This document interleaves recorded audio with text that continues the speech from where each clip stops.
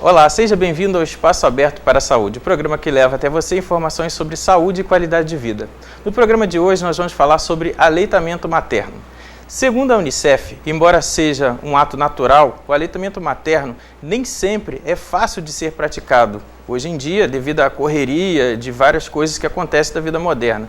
O apoio emocional e as informações corretas para terem sucesso na amamentação são muito importantes. Muitas vezes as mães contam com a ajuda dos bancos de leite. Mas o que será que as pessoas sabem sobre aleitamento materno ou querem saber?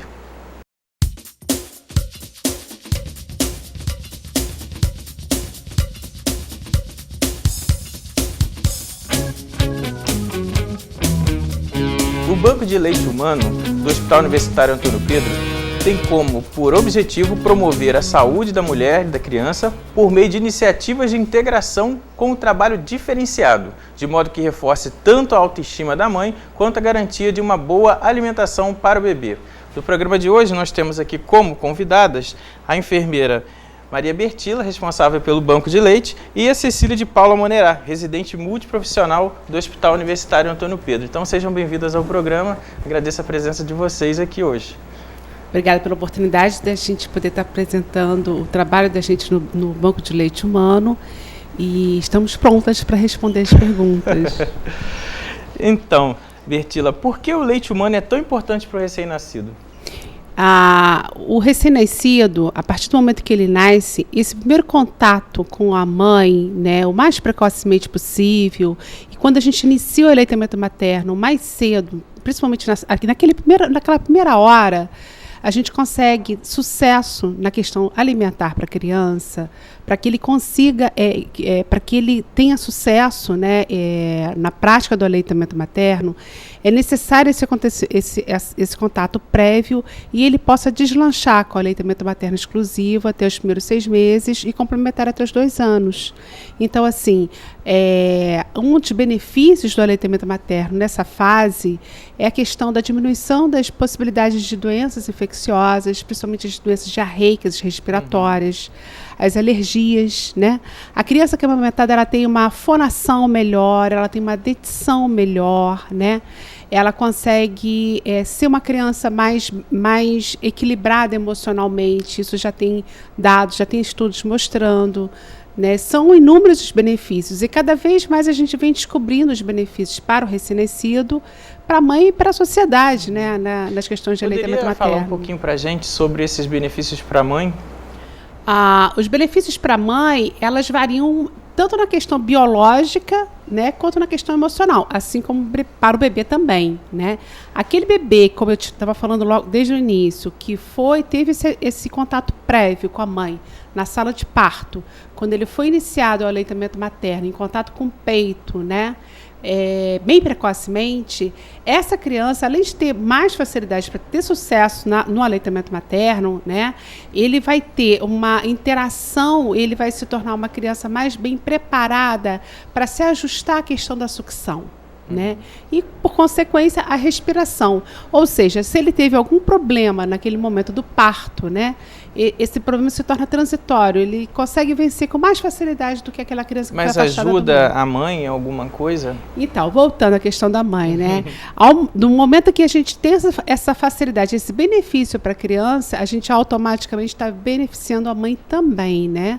A mãe que amamenta também o mais cedo possível, ela consegue diminuir as possibilidades de hemorragia uterina no período pós-parto. A gente diminui as chances de desenvolvimento de câncer ovariano e de mama também. Até mesmo doenças como diabetes, doenças crônicas, né, que a gente desenvolve na vida adulta, tanto para a mãe que amamentou mais de 1 ano, né, quanto para o bebê com certeza, né? Ele está garantindo a qualidade de vida da vida adulta, inclusive, né? Aquele que foi bem amamentado. Tem estudos atuais agora, da Espanha, inclusive, que aponta que reduz bastante a chance das mães terem depressão também, tardiamente. Sim, esse contato prévio, mais precoce, ele facilita para essa interação, entendeu? E gera segurança para a mãe, né? Isso é fantástico, né? Em que situações as mães não podem amamentar? Que eu acho que isso é uma questão assim que as pessoas têm algumas dúvidas.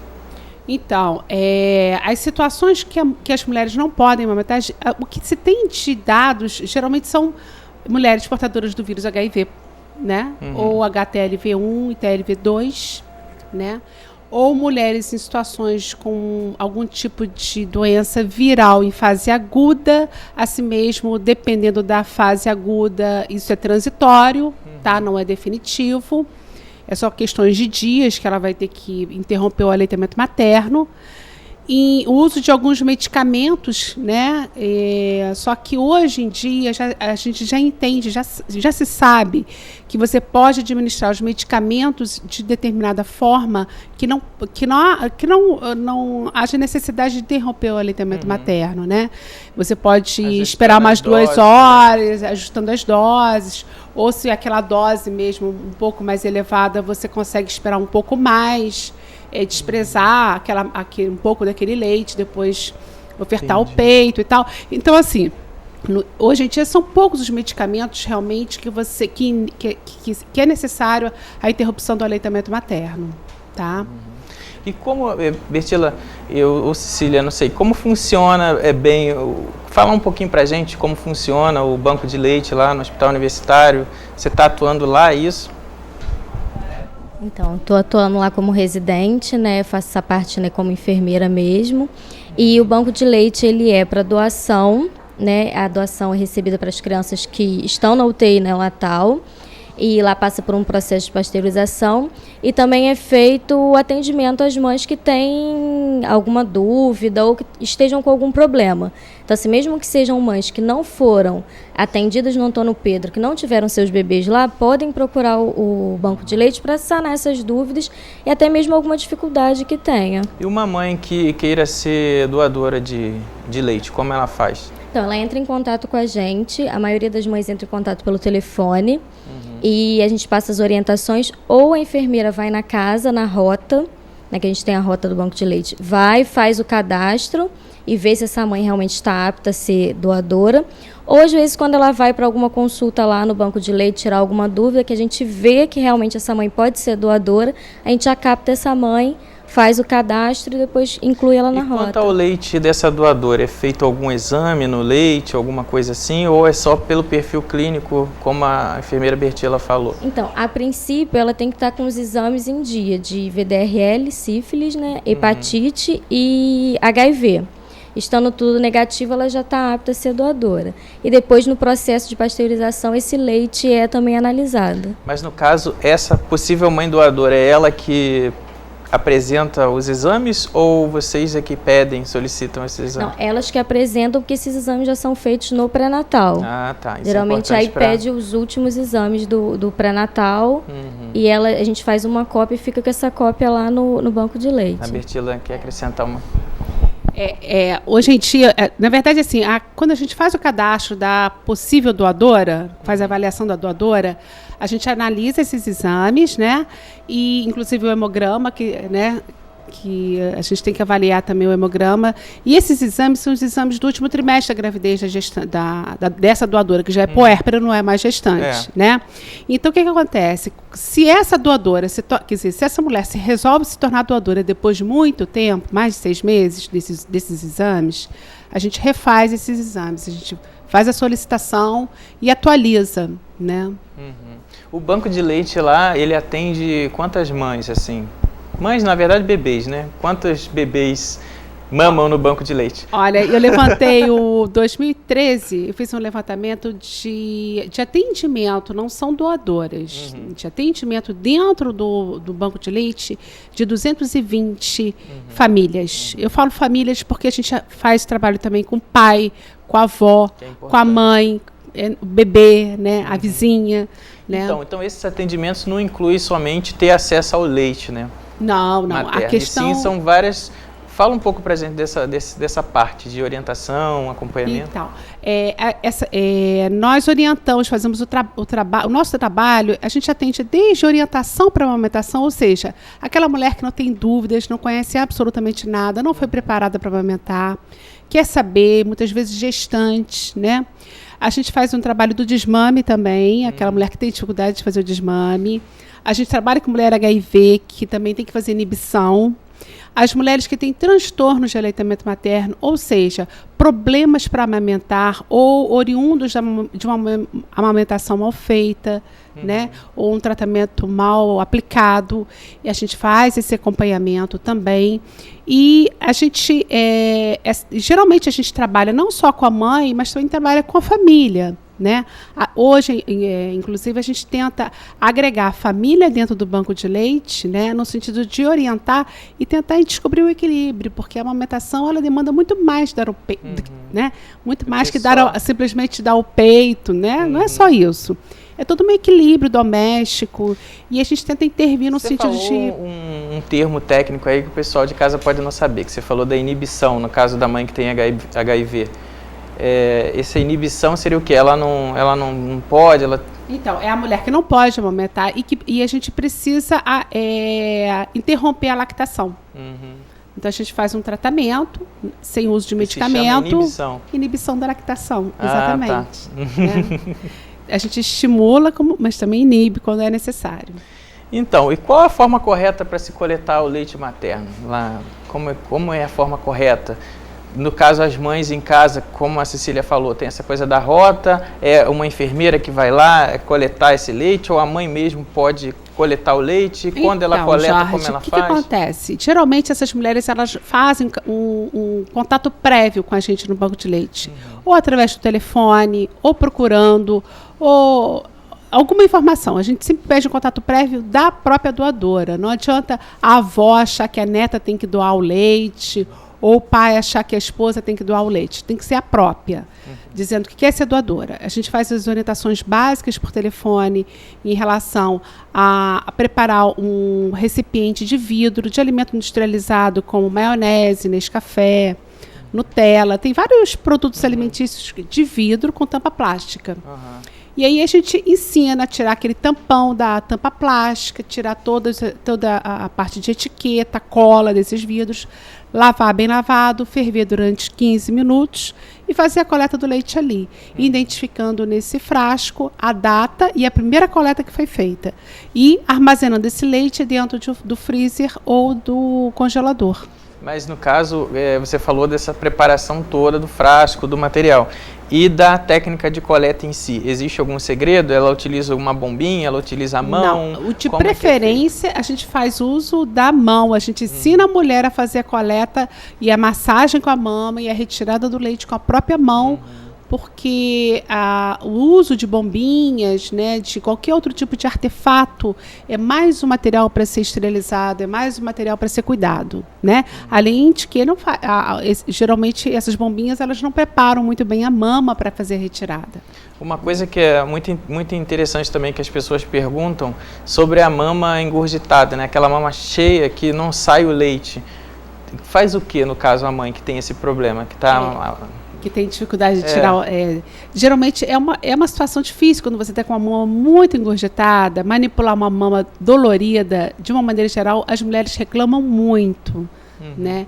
O ideal é ela começar a fazer a massagem da região areolar para o tórax, em direção ao tórax, e tentar esvaziar exatamente dessa região areolar. Iniciar essa retirada de compressa, leite. Porque muitas pessoas falam de compressa. O ideal é que não se faça compressa nenhuma. Nem quente, nem fria. E só esperar a indicação do profissional que entende do assunto, entendeu? Para fazer a indicação. De uma maneira geral, não se indica compressa, principalmente a compressa quente, de jeito algum. Quando a gente faz a indicação é compressa fria e após a manipulação. Interessante. E Cecília, lá você atuando como residente, tem alguma coisa lá que te chama a atenção assim, de especial no banco de leite, seja no atendimento ou no processo, alguma coisa que seja muito interessante para contar para a gente? Que tem lá são os mitos, né? Aquela coisa de a avó falou, a vizinha falou, e às vezes as mães fazem de tudo e quando já está assim, numa situação crítica que chega a procurar a gente. Então, assim, primeiro procure, né, o serviço especializado, que vai se tornar muito mais fácil, né? Mas é aquela coisa mesmo, do não pode isso, um fala que não pode, outro fala que é melhor, não tem que fazer a compressa quente. Fazem muitas perguntas sobre alimentação? Fazem. Tipo, a pergunta as mães assim, ficam muito temerosas com o que comer. O que eu vou comer para não dar cólica ao meu bebê? Então, assim, às vezes falam, você não pode comer nada, corta tudo da sua alimentação. E não é assim, a gente orienta o quê?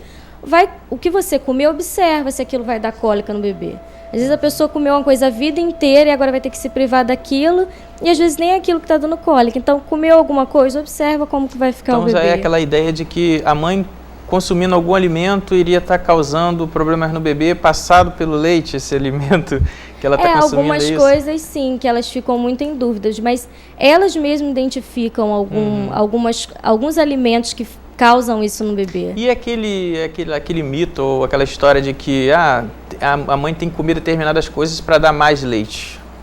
Tem algumas coisas que realmente ajudam na produção de leite, alguns alimentos que, quando tem algum problema, a gente até indica alguns alimentos que podem favorecer isso. E quais seriam esses alimentos? O abacate, né, nozes... Deixa eu ver, deixa eu falar. Assim, na verdade, a orientação básica que a gente passa para as mães, né, além desses medicamentos, existem alguns alimentos que realmente favorecem, é manter a alimentação que ela manteve durante a gestação, com a orientação de uma nutricionista no pré-natal, né, que ela deve ter recebido, seja na unidade básica ou no consultório. Então, ela manter essa alimentação é extremamente importante. E, assim, no período da lactação, a ingesta de líquido é o mais importante, né? Além desses alimentos, como abacate, frutas, de uma maneira geral, né? Nozes, com teor de gordura um pouquinho maior, mas vegetal, né? Isso favorece. A utilização de estimulantes como café, mate, guaraná, chocolates, esses alimentos costumam ser muito excitantes. Isso provoca mal-estar para a criança de uma maneira geral. Então, quem tem o hábito, é chocólatra ou não consegue ficar assim muito sem o café, a gente orienta para diminuir um pouco, né, nessas dosagens, né? Apesar de que, de uma maneira geral, a gente sabe que as gestantes passaram, quem tem realmente o hábito de fazer uma ingesta maior desses produtos, a gente sabe que essa criança já deve estar um pouco adaptada por conta da gestação. Durante a gestação já consumiu, mas, né? De uma maneira geral, a gente pede para que diminua um pouco no período que ela estiver amamentando. Nós vamos agora para o nosso quadro de perguntas por e-mail, onde as pessoas enviam perguntas para a gente e a gente, aqui com as nossas especialistas, vamos responder essas questões da melhor forma possível, que você possa compreender e levar essas informações para outros conhecidos, até outras mães, outras mulheres que estejam amamentando. Então vamos às perguntas por e-mail. A primeira pergunta aqui é do João Rodolfo de Souza, ele é de Bangu, no Rio. A má alimentação da mãe durante a gravidez ou durante a amamentação realmente interfere na saúde do bebê? Então, a gente já observou na prática, né, no nosso dia a dia, que as mulheres que fazem dieta nesse período de pós-parto, uma dieta muito radical, né, com uma diminuição muito grande de caloria, que as crianças que são amamentadas por essas mulheres, elas têm um pouco mais de dificuldade de ganho ponderal, ou seja, de peso, né? Ou seja, isso é uma coisa que a gente observa, né? Então, eu entendo que o mais importante é a mulher nesse momento, porque o próprio período a própria amamentação, esse período puerperal, a tendência do corpo da mulher voltar ao normal aos poucos, devagarinho, não é tão, assim, de uma hora para outra, não é abrupto isso, né? Então, assim, se ela continuar amamentando o bebê, fazendo uma alimentação adequada, que ela já fazia no período de gestação, tomando bastante líquido, né? E amamentando por livre demanda, ou seja, toda hora, e aí o bebê não tem hora, não é de 3 em 3 horas, né? A criança vai mamar no peito, vai tomar água no peito, ele vai chupetar no peito. A mãe se hidratar bastante, né? É importante que ela se hidrate bastante e não interrompa o aleitamento materno. Temos uma outra pergunta aqui, essa outra pergunta é da Maiara Rocha, ela é de Campo Grande. Há um tempo, as mães alimentavam as crianças até os 6 meses, somente com leite materno. E hoje, a criança mal sai da maternidade e as mães já dão outro tipo de alimento, seja ele água ou um tipo de leite. Percebemos que a saúde das crianças dos dias de hoje é mais sensível. Tem alguma relação, essa substituição do leite materno por outros alimentos? Então, essa é uma questão extremamente importante e um grande erro de conduta, né? A orientação é a amamentação aleitamento materno exclusivo até os 6 primeiros meses, ou seja, não precisa de água, de chá, de nenhum tipo de complemento. Se houver afastamento da mãe e do bebê nesse período, ela pode fazer a retirada do leite, o armazenamento para alguém ofertar esse leite ao bebê, ou seja, a criança não vai depender de substituto, né? E a partir do 6º mês vai iniciar a alimentação caseira, mais o aleitamento materno. Ou seja, essa criança vai ser amamentada durante 2 anos. Não né? existe leite fraco. E essa fraco, orientação, né, de que não existe leite fraco. Existe a mãe que não amamenta por livre demanda, que começa a dar chupeta ou resolve dar um substituto por mamadeira. Aí a criança começa a rejeitar o peito exatamente porque ela começa a criar o hábito de não dar uma conformidade na boca de sucção diferente, né? E aí a criança vai rejeitar, mas não porque porque o leite é fraco ou porque houve uma diminuição de produção. Essa diminuição de produção ela vai acontecer se a mãe parar de ofertar o peito. É importante também a gente lembrar que nos primeiros dias, né, de amamentação, o leite que sai mais clarinho, menos branco, né, digamos assim, ele é mais transparente, é o colostro. Exatamente, o colostro geralmente o colostro vai até o 7º dia pós-parto, né? A partir daí a gente chama de leite de transição. E depois do 14º dia, mais ou menos, entra na fase do leite maduro, né? Que é aquele leite com cara mais de leite, né? Um pouco mais amarelado. E aquela história da última mama, que foi oferecida ao bebê, tem que ser ela de novo para poder... Então, a gente orienta para que a mãe amamente cada hora um peito, né? Ou seja, a criança ela vai chupetar, vai matar a sede e vai se alimentar de meio-dia a 1 no peito, né? Se virou o horário, a gente fala para mudar sem interromper, lógico, a mamada, né? Ela passa para outro peito. Então, para que essa criança tenha acesso a todo o conteúdo, sim, né? da mama, né? O leite posterior que você diz é aquele que tem mais gordura, né? Mais proteína. Então, temos uma outra pergunta aqui da Fabiola Vasconcelos, de Jacarepaguá. Qual a melhor maneira de amamentar o bebê? O leite do peito tem que acabar todo? Ou o que pode acontecer se o bebê não mamar de forma correta? Então, a gente orienta também, né, se a mãe puder esvaziar uma mama toda, quando ela estiver sentindo a mama cheia, ela procura dar aquele peito todo, deixa esvaziar a mama, ficar flácida, né? E depois passar para o outro peito. E assim, a criança tem que largar o peito sozinha. Tem criança que vai mamar em 10 minutos e vai largar não querer mais. Tem criança que vai ficar 1 hora no peito. Então, assim, é a demanda da criança. E esvaziar sempre essa mama para poder conseguir pegar esse leite posterior, que é o leite que tem gordura. Então, ela vai pegar a parte do leite que tem água, proteína e o leite que tem gordura. E o que pode acontecer, que a gente já falou um pouco, né? É a criança não se desenvolver adequadamente, né? O crescimento e desenvolvimento dela fica comprometido. Nós temos a pergunta da Graziela Santos, ela de Anchieta. Ela pergunta quais os cuidados que devemos ter com as mamas antes e durante a amamentação.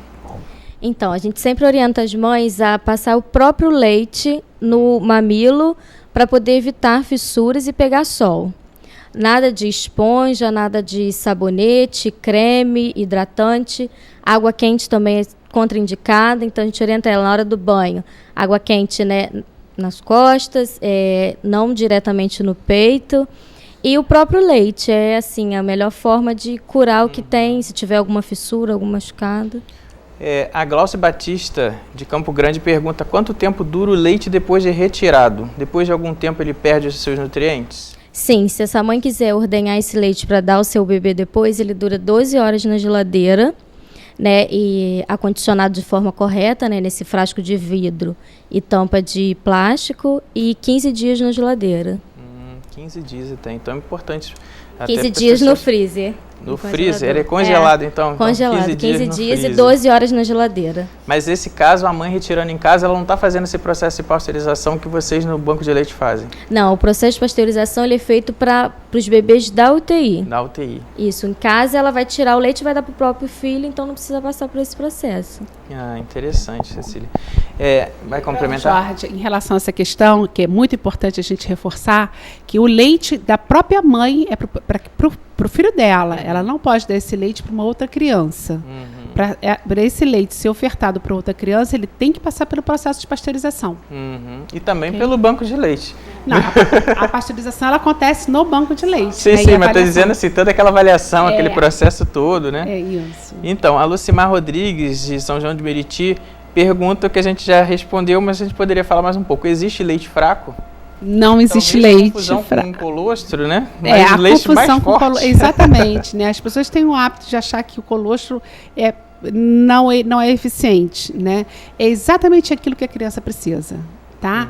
O leite que a mãe produz é exatamente o leite necessário para nutrir e hidratar o seu filho e proteger o seu filho sempre. Ou seja, a mãe que está produzindo leite de 6 meses, ela vai nutrir o seu bebê de 6 meses. Ele é adequado para um bebê de 6 meses, para aquele bebê com aquela idade. E não para um bebê de 1 ano ou para um bebê de um mês. Né? Isso é importante ressaltar. Tá? Por isso, não apenas por isso, mas também principalmente por conta de doenças ou utilização de medicamentos, o aleitamento materno nós contraindicamos, né? É necessário a gente recomendar isso, reforçar essa orientação, não deixar que o seu filho seja amamentado por uma outra mulher. Interessante, no caso é contraindicado, né? Na sua opinião, Bertila, para a gente fechar nosso bate-papo, qual o grande desafio que você vê hoje quanto ao funcionamento do banco de leite? Ai, meu sonho. Então, a nossa pretensão é atender todas as UTIs neonatais públicas aqui da Metropolitana 2, né? Poder dar suporte de banco de leite, né, para todas as UTIs. Eu ficaria muito feliz. E, lógico, ampliar cada vez mais o número de mulheres amamentando plenamente seus filhos, assim, aumentando o nível de consciência dessa necessidade, então, né, dessa prática. Desafio, conscientizar sobre a importância do banco de leite e fazer com que as pessoas vão até ele, né? As famílias, né? Como a gente colocou. Exatamente. E aí, Cecília, o que você acha? O que você vê assim, de grande dificuldade que poderia melhorar? Eu acho que assim, são as mães procurarem um banco de leite mesmo para estarem doando esse leite. Às vezes você escuta assim, na minha outra gestação eu joguei o leite fora porque não sabia o que fazer. Então assim, isso é muito importante. Às vezes falta leite para as crianças da UTI. Por isso que a Bertila fala que o sonho dela seria conseguir alimentar todas as UTIs. Porque às vezes falta, né, por falta de doadores. Então a partir do momento que elas se conscientizam, isso ficaria assim, bem melhor, né? A gente vai deixar o telefone aqui então do banco de leite, o contato da enfermeira mestre Maria Bertila. Então a gente esteve aqui hoje, né, com a Cecília, residente multiprofissional do Hospital Universitário Antônio Pedro, atuante no banco de leite, e também com a enfermeira mestre em ciências Maria Bertila. Então agradeço a vocês, as convidadas, agradeço a vocês que nos assistiram. A gente fica aqui aguardando suas perguntas e até o nosso próximo programa Espaço Aberto para a Saúde.